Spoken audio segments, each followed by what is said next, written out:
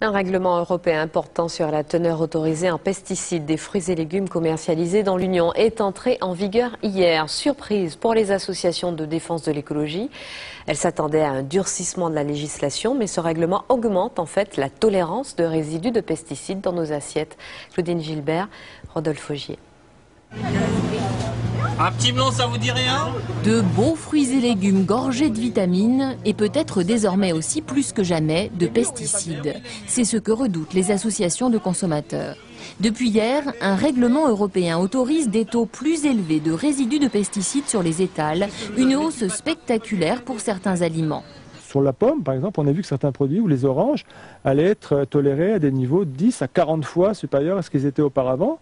Des produits dont on sait qu'ils sont classés aux États-Unis comme étant des cancérigènes possibles ou des perturbateurs du système hormonal. Il est logique que les consommateurs, que les associations européennes, partout en Europe, protestent contre cette tolérance inacceptable.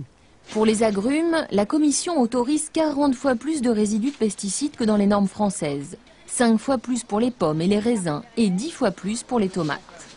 Selon les associations, un enfant de 16,5 kg avalerait une dose dangereuse de pesticides en mangeant seulement 6 grains de raisin, 40 grammes de pommes ou 50 grammes de prunes contaminées.